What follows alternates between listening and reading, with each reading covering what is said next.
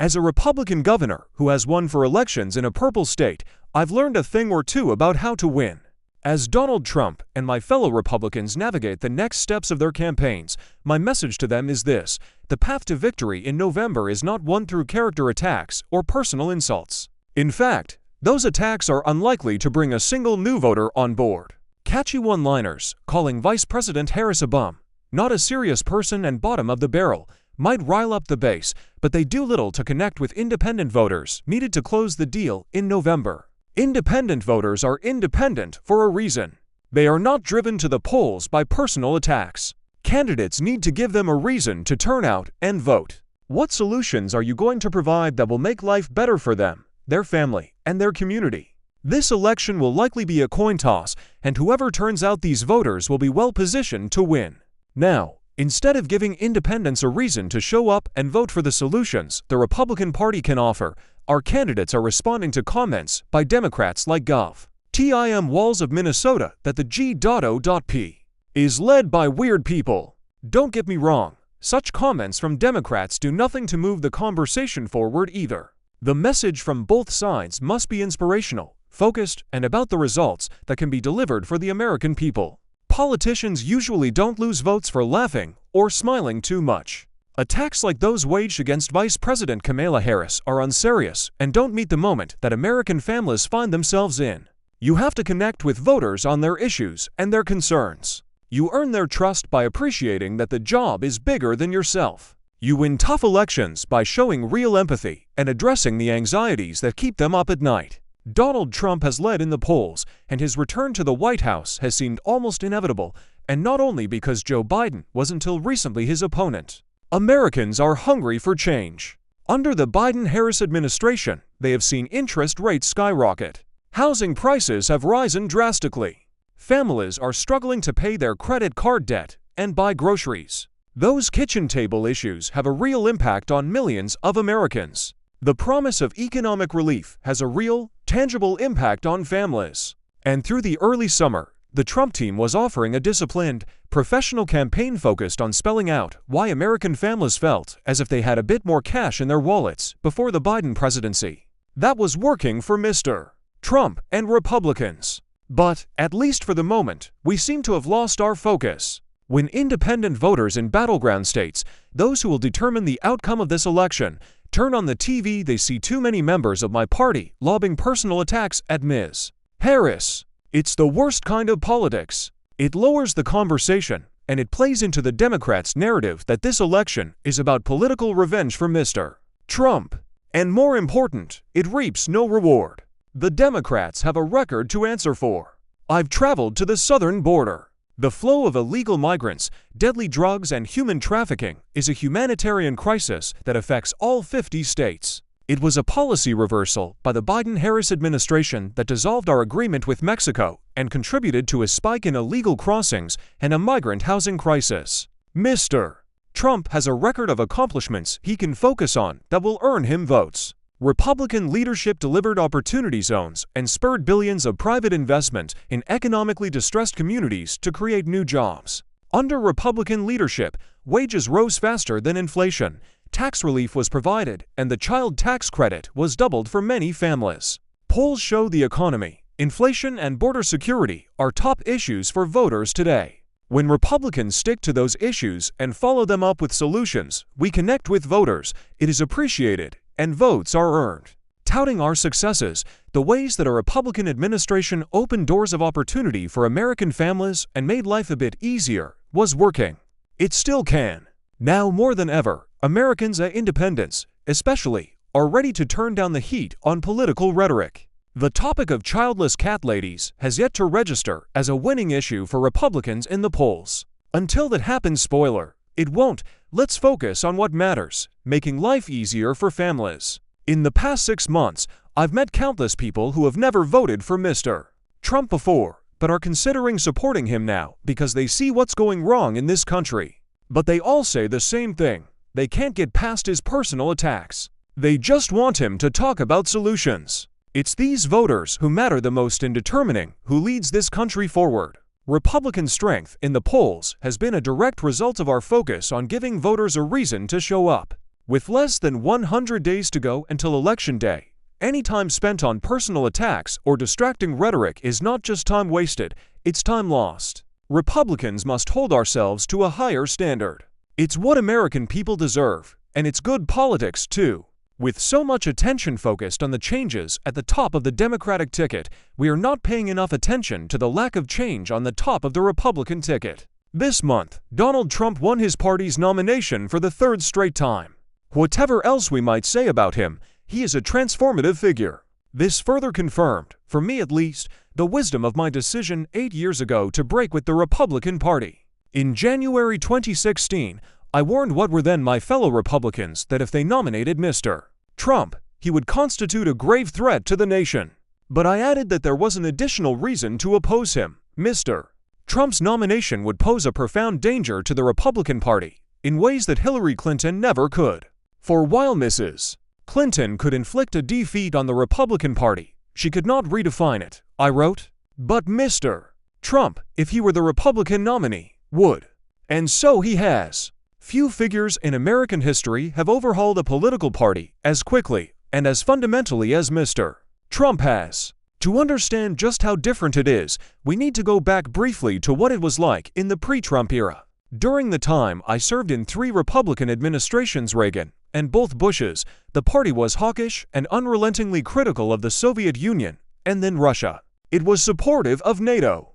It condemned anti-American dictators and authoritarian leaders. It was deeply committed to the common task of strengthening democracy throughout the world, as Reagan said in 1982. And it argued that it was in America's interest to provide global leadership. The Republican Party championed free trade and fiscal discipline, though in practice it often fell short. It was welcoming of legal immigrants and refugees. Republicans argued that reforming entitlement programs was vital. Many of its leading figures insisted that moral character was an essential trait for political leaders and especially for presidents. Republicans warned, too, that a cruel, squalid political culture undermined a decent society. Today, the Republican Party has jettisoned every one of these commitments. Even on abortion, things have changed. The Republican Party has been pro-life for decades, including in its party plank. But this month that plank was removed. Princeton's Robert P. George, a significant figure in the pro-life movement, pointed out that that plank has been replaced by the claim that abortion policy is entirely the business of states, which may, if they wish, permit abortion up to birth. Mr. Trump succeeded in overturning Roe v. Wade, but now that the abortion issue is a political liability, he has thrown the pro-life cause under the bus. Mr. George wrote on Facebook, Mr.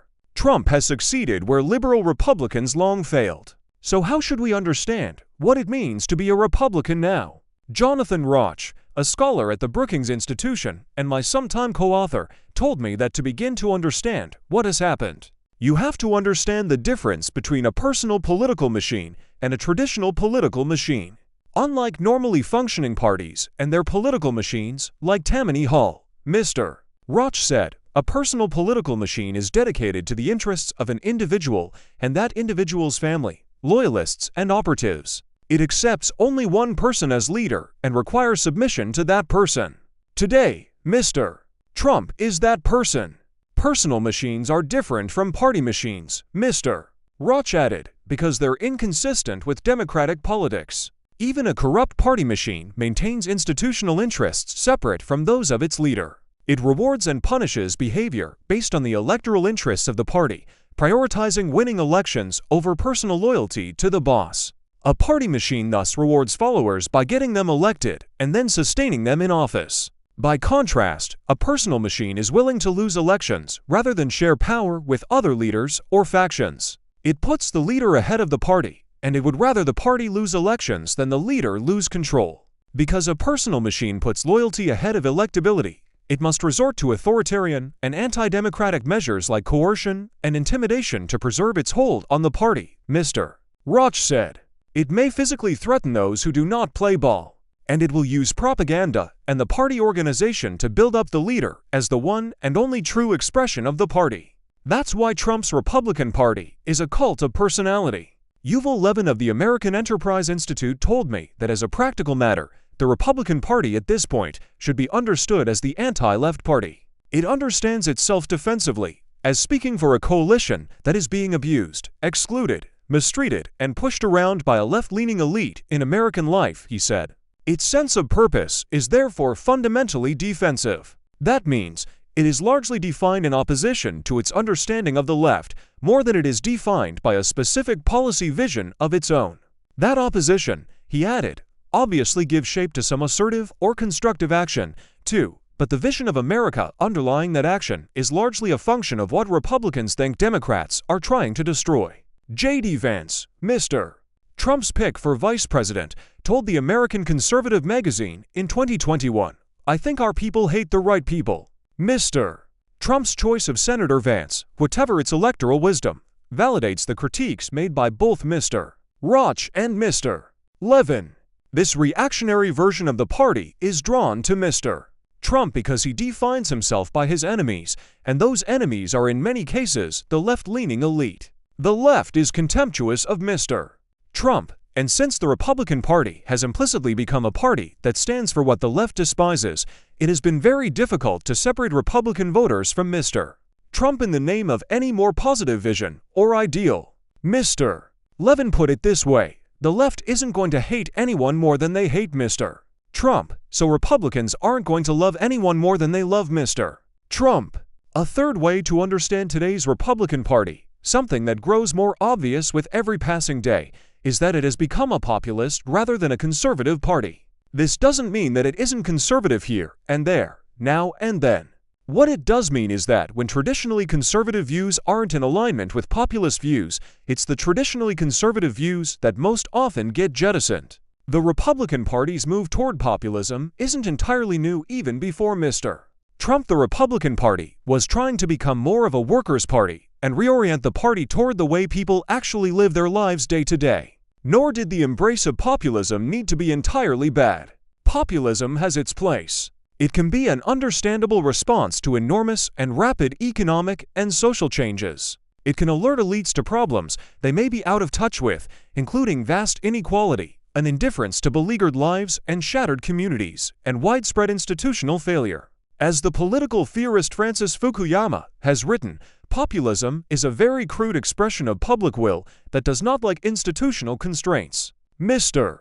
Trump tapped into the growing resentment of millions of voters. He was seen by them as their tribune. Unfortunately, he exploited their fears and did almost nothing to solve their problems. But that doesn't seem to matter to them. It's all about the posturing.